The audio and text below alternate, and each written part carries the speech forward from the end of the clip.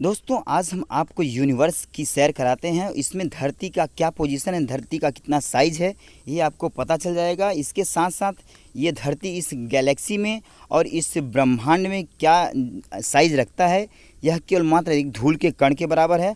और यह जब धूल के कण के बराबर है तो सोचिए इस पर इंसानों की क्या औकात होगी। ये हमारी धरती है, इस पर हम लोग अपने जीवन यापन करते हैं, बहुत सुख सुविधाओं से सुरक्षित रहते हैं। और ये हम लोग अपने रोज़मर्रा की ज़िंदगी को अगर छोड़ करके थोड़ी देर के लिए आसमान में ध्यान से देखें तो हमको समझ में आ जाएगा कि हमारा ब्रह्मांड कितना विशाल है। इसमें ढेर सारे अरबों खरबों तारे दिखाई देते हैं और ये अरबों खरबों तारे के साथ साथ कितनी बड़ी गैलेक्सी है और ये गैलेक्सी का साइज इतना विशाल है। इसमें हमारी धरती एक मात्र डाट के समान है, मात्र बिंदु के समान है, जो कि यहाँ पर तीर के द्वारा दिखाया गया है। इसको ध्यान से देखिए, वीडियो को अंत तक बने रहिए और आपको सबको समझ में आ जाएगा कि इंसान कितने पावरफुल हैं और क्या हैं और इंसानों की औकात क्या है। तो हम चलिए हम शुरू करते हैं। आप इस रोमांचक जर्नी में हमारे साथ बने रहिए। और ये हम लोग अपने धरती को ऊपर से देखते हैं तो कितना सुंदर दिखाई देता है, ये ध्यान से देखिए आप। और ये देखिए हम लोग पहुंच चुके हैं इंटरनेशनल स्पेस स्टेशन। यह अंतरिक्ष स्टेशन जो है काफ़ी ऊंचाई पर बना हुआ है। यह धरती से जो है इसकी स्पीड देखिए 27,580 किलोमीटर प्रति घंटा है और यह धरती से लगभग 400 किलोमीटर ऊंचाई पर बना हुआ है। यह 24 घंटे में लगभग 16 बार पृथ्वी का चक्कर लगाता है। इसके साथ साथ अब आगे हम बढ़ते हैं सैटेलाइट की ओर। इससे यदि हम आगे बढ़ते हैं तो ये सैटेलाइट्स हैं जो कि इंसानों द्वारा बनाकर भेजा गया है और ये धरती के बाहर ये सैटेलाइट का जाल बिछा हुआ है।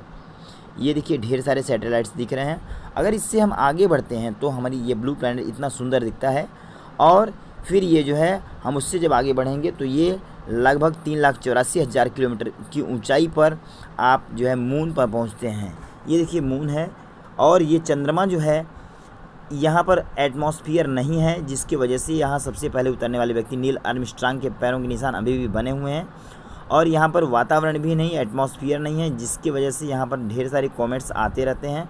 और ये 3,84,000 किलोमीटर की ऊंचाई पर है अर्थ से। मून से जो है ये पृथ्वी इस तरह से दिखाई देता है।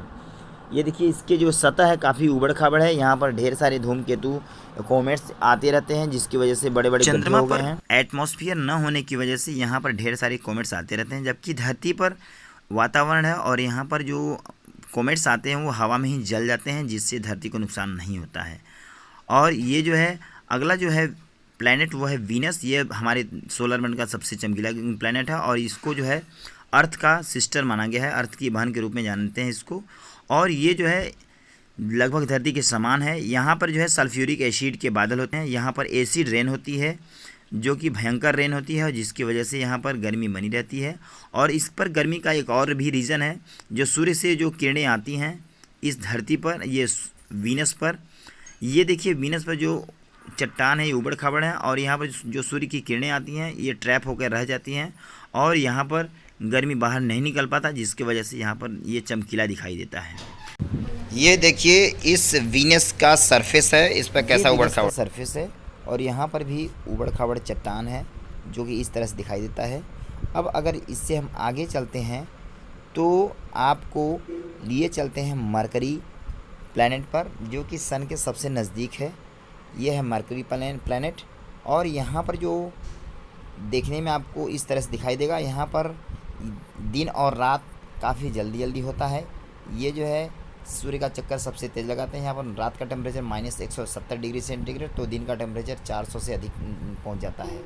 यहाँ पर गर्मी बहुत अधिक रहती है। और ये है हमारा सूर्य और जो इस प्लैनेट का स्टार है, इस सोलर सिस्टम का सबसे मेन प्लैनेट है, मेन स्टार है, जिसकी वजह से पूरे प्लैनेट पर रोशनी और गर्मी पहुंचती रहती है। ये हमारा भगवान है, जिसको आप लोग भगवान कहते हैं। और इस पर जो है हज़ारों किलोमीटर ऊंची लपटें उठती रहती हैं। यहाँ पर नाभिकीय संलयन की क्रियाएं होती रहती हैं, जिसकी वजह से इतना तेज़ चमक और रोशनी निकलता है, इतना उष्मा निकलता है। अब इसके आगे हम चलते हैं मार्स पर। मार्स जो है हमारा सोलर सिस्टम का चौथा प्लैनेट है, जो कि इस समय देखने में ये लाल रंग लग रहा है, लेकिन हज़ारों साल करोड़ों साल पहले ये जो है धरती का पाश था। यहाँ पर भी बड़े बड़े महासागर, बड़े बड़े नदियाँ थे और ये लगभग पृथ्वी के समान था। लेकिन यहाँ पर मनुष्य थे कि नहीं इसका पता नहीं, लेकिन इस समय वर्तमान समय में ये मार्स इस समय रेड प्लैनेट की तरह दिखता है, रेड है, लाल दिखाई दे रहा है, जिसकी वजह से इसको रेड प्लैनेट कहते हैं। हमारे साइंटिस्ट इस पर जीवन खोजने में लगे हुए हैं। यदि हम मंगल की धरती पर आए हैं तो इससे कैसे मिस कर सकते हैं। ये है ओलंपस माउंट्स, और ये जो है मार्स का सबसे ऊंचा ज्वालामुखी है, जो कि हिमालय पर्वत यानी माउंट एवरेस्ट जो है सबसे ऊंचा, इसके से भी 3 गुना ऊंचा है ये। और ये सोलर सिस्टम का सबसे ऊंचा स्थान है। यहाँ से धरती को अगर देखें आप तो ये एकदम बिल्कुल डाट की तरह दिखाई देगा।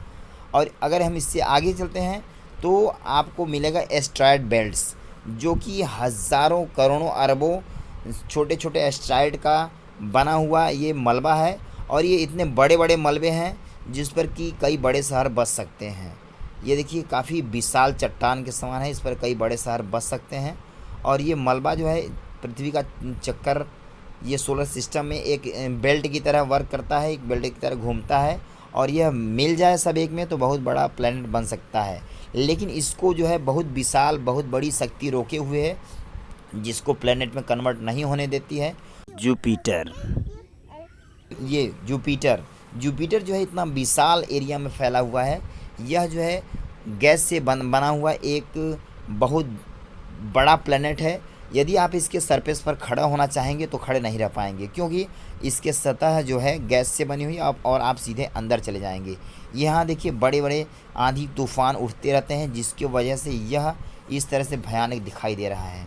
और यहाँ से हमारा जो अर्थ है एकदम डॉट की तरह देखिए दिख रहा है एकदम। इसके बाद जो है ये देखिए इतना विशाल है, इसका एरिया इतना प्रचंड रूप में फैला हुआ है कि यहाँ पर बड़े बड़े गड्ढे में दिख रहे हैं। अगर इससे हम आगे बढ़ते हैं तो ये जो है धरती का लगभग 65 गुना बड़ा है, धरती का लगभग 65 गुना बड़ा है। और ये देखिए इसके भी अपने मून है जिसका नाम है यूरोपा, और ये बर्फ़ की मोटी चादर से ढकी हुई है। और वैज्ञानिक मानते हैं कि इसके नीचे जो है पानी तरल रूप में जमा है और यहाँ पर भी जीवन की संभावनाएं हो सकती हैं। ये वैज्ञानिक हमारे इसके खोज में लगे हुए हैं। ये यूरोपा जो है बृहस्पति का मून है। और ये जो है इससे हम आगे बढ़ते हैं तो यहाँ हमारे सोलर सिस्टम का सैटर्न हमारे सोलर सिस्टम का सबसे खूबसूरत प्लैनेट है। इसे शनि ग्रह भी कहते हैं। इसके जो है छल्ले जो हैं आपको ये लाखों किलोमीटर ऊंचाई तक फैले हुए हैं और देखने में काफ़ी खूबसूरत लगते हैं। ये देखिए इसका भी अपना एक मून है जिसको टाइटन कहते हैं, सबसे बड़ा मून है। और यहाँ पर भी धरती की तरह अपना वातावरण है। यहाँ पर जो है नेचुरल लिक्विड गैस हैं, जो कि अगर धरती पर किसी तरीके से आ जाए तो हज़ारों सालों तक बिजली बनाकर देता रहेगा और धरती को रोशनी देता रहेगा। ये देखिए यहाँ पर भी बड़ी बड़ी नदियाँ हैं, ये भी लिक्विड नेचुरल गैस के हैं। और ये जो है यहाँ पर भी वर्षा होती रहती है हमारे जैसे धरती पर होता है। ये जो है लिक्विड नेचुरल गैस की एसिड रेन होती है, जिसकी वजह से यहाँ पर भयंकर बारिश होता रहता है, तूफान आता रहता है, गरज चमक भी पड़ते हैं। लेकिन ये जो है लिक्विड जो होता है वो लिक्विड नेचुरल गैस के होते हैं, यहाँ पे पानी नहीं होता है। इससे जब हम आगे बढ़ते हैं तो जो अगला सफ़र आता है हमारा वो बिना टेलीस्कोप के संभव नहीं हो सका था। और ये जो है अगला जो प्लैनेट है वो है यूरेनस। यूरेनस जो है हमारा सोलर सिस्टम का 7वां प्लैनेट है और ये पहले लोग इसको नहीं जानते थे। अब ये है नेपच्यून, के जस्ट आगे नेपच्यून है जो कि 8वां है। और इस तरह से ये दोनों जो है बर्फ़ से ढका हुआ है, ये बहुत दूर है।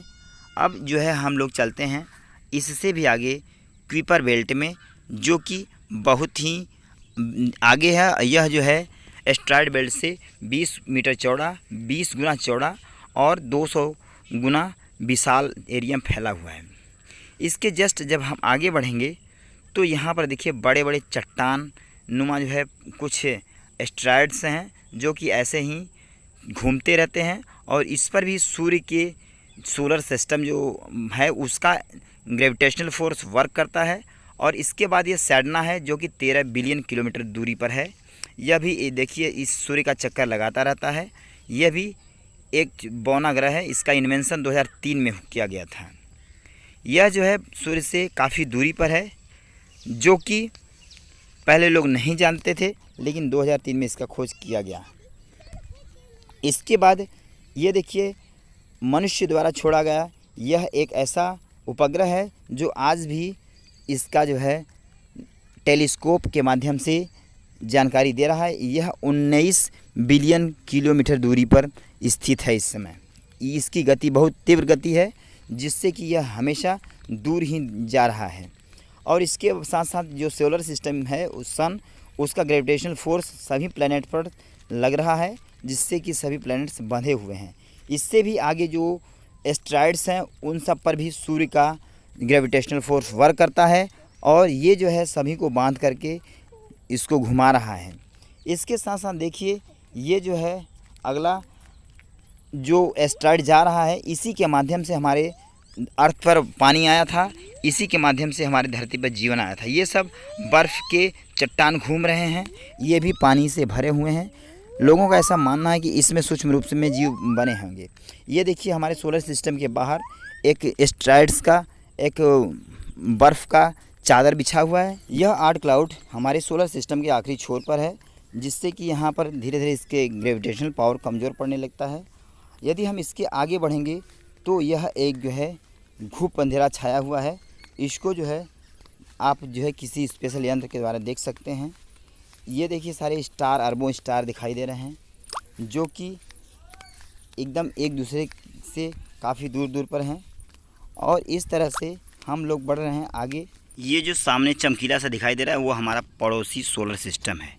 ये पड़ोसी सोलर सिस्टम एक जो है हमारे सूर्य के बराबर ही हैं।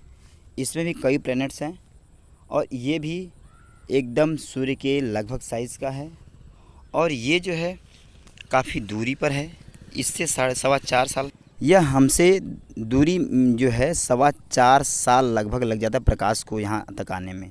उसके बाद इसका नाम है अल्फ़ा सेंटौरी, और यह जो है 3 सूर्य मिलकर बना हुआ है। इसमें 3 सूर्य हैं। ये यहाँ पे देखिए, ये काफ़ी विशाल एरिया में इसका स्थान है। इसके जो है प्लैनेट्स देखिए इस तरह से दिखाई दे रहे हैं, और ये जो है काफ़ी दूर है, और यहाँ से हमारी धरती बिल्कुल नहीं दिखती है। अब देखिए, ये हमारा जो है गैलेक्सी है, इसका भी जो है कई स्टार है इसमें, और ढेर सारे इसमें प्लैनेट्स हैं। ये देखिए, इससे जब हम आगे बढ़ते हैं तो अभी हम अपने सोलर सिस्टम से 20 प्रकाश वर्ष दूर आ चुके हैं। और ये जो सामने आपके स्टार दिखाई दे रहा है, इसका नाम है ग्लीस 851। और इसकी सबसे ख़ास बात यह है कि इसका भी चक्कर एक पृथ्वी के समान एक प्लैनेट लगा रहा है, जिस पर एलियन के होने की प्रबल संभावना है। यहाँ पर भी एलियन हो सकते हैं। जो है ये धरती के बिल्कुल समान है, और ये भी पृथ्वी का चक्कर लगाता है। वैसे हमारे इस गैलेक्सी में अरबों तारे हैं, जिनकी यात्रा तो करना तो दूर, उसको गिनना भी मुमकिन नहीं है। इसके आगे जब हम बढ़ते हैं तो आगे जो है हमारी गैलेक्सी है। और ये गैलेक्सी कैसी दिखती है, ये देखिए, जो है दूर से दिखा गया है तो गैलेक्सी इस तरह से दिखाई देती है। यदि इस गैलेक्सी का चक्कर जो प्रकाश एक छोर से दूसरे छोर पर जाए तो उसको भी 1,05,000 सालों से अधिक लगेगा एक बार इसको पार करने में।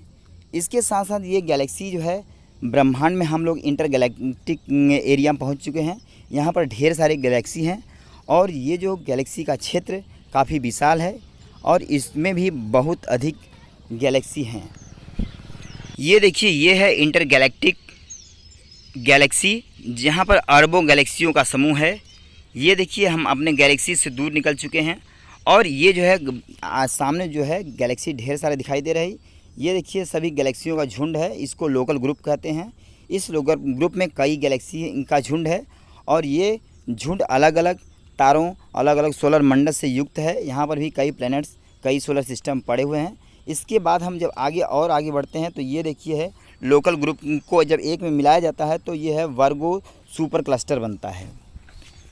वर्गो सुपर क्लस्टर जो है कई गैलेक्सियों का झुंड होता है, जिसको कि ये जो है हमारा जो गैलेक्सी मिल्की वे है ये भी इसमें उपस्थित है, और ये जो है आपको रेड डॉट से दिखाई दे रहा है। इसके साथ साथ हम और आगे बढ़ते हैं तो ये देखिए विशाल गैलेक्सियों का समूह दिखाई दे रहा है। ये वर्गो सुपर क्लस्टर भी इसी विशाल गैलेक्सियों का झुंड है। इसके साथ साथ जब हम और आगे बढ़ते हैं तो और भी कितने अरबों गैलेक्सी दिखाई देते हैं, और ये सारी गैलेक्सी एक सुपर वर्गो क्लस्टर से मिलकर बना हुआ है। और ढेर सारे जब सुपर वर्गो क्लस्टर मिलते हैं तो एक विशाल लेनियाका सुपर क्लस्टर बनता है। और ये लेनिया का सुपर क्लस्टर में वर्गो सुपर क्लस्टर बहुत अधिक मात्रा में होता है। इस तरह से हमारी धरती का नामो निशान मिट जाएगा वहाँ पर। अब इसके कंपैरिजन में अगर हम धरती पर बात करें तो धरती यहाँ पर एकदम मामूली से कण के बराबर भी नहीं है। और इंसान ये सोचता है कि ये वहीं सबसे ताकतवर है, वहीं इस ब्रह्मांड को हिला सकता है, इतने करोड़ ये हैं, इतने करोड़ वो हैं। लेकिन इस अगर सचमुच में सोचे तो कहीं कुछ नहीं है। लोगों का ये केवल भ्रम है कि वह कुछ कर सकता है। तो इस भ्रम को तोड़िए। इस सृष्टि को चलाने वाला, इस ब्रह्मांड को चलाने वाला कोई एक नेचुरल पावर है, एक जो साइंटिफिक पावर है, नेचुरल पावर जो इसको चला रहा है और इस धरती को कंट्रोल किया हुआ, इस ब्रह्मांड को कंट्रोल किया हुआ है। तो हम इससे जब आगे बढ़ते हैं तो ये देखिए है अगला है ऑब्जर्वेबल यूनिवर्स, जिसको हम ब्रह्मांड कहते हैं। ये ऑब्जर्वेबल यूनिवर्स है और ये ऑब्जर्वेबल यूनिवर्स का साइज इस तरह से है। अगर इससे भी हम आगे बढ़ते हैं, ये ऑब्जर्वेबल यूनिवर्स के आगे अगर बढ़ते हैं तो उसके आगे बहुत ढेर सारे कई ब्रह्मांड हो सकते हैं। इसे इंटायर यूनिवर्स कहते हैं। ये ऑब्जर्वेबल यूनिवर्स को इंटायर यूनिवर्स कहते हैं। ये जो है हमारा यूनिवर्स, अगर इसको मान लेते हैं तो इससे भी परे कई और यूनिवर्स हो सकते हैं, जिसे मल्टी यूनिवर्स कह सकते हैं। मल्टी यूनिवर्स का साइज बहुत विशाल हो सकता है, लेकिन यहाँ सब इच्छाओं से परे है। कोई यहाँ पर पहुँचा नहीं है अभी, यहाँ तो कोई साइंस नहीं पहुँचा हुआ है।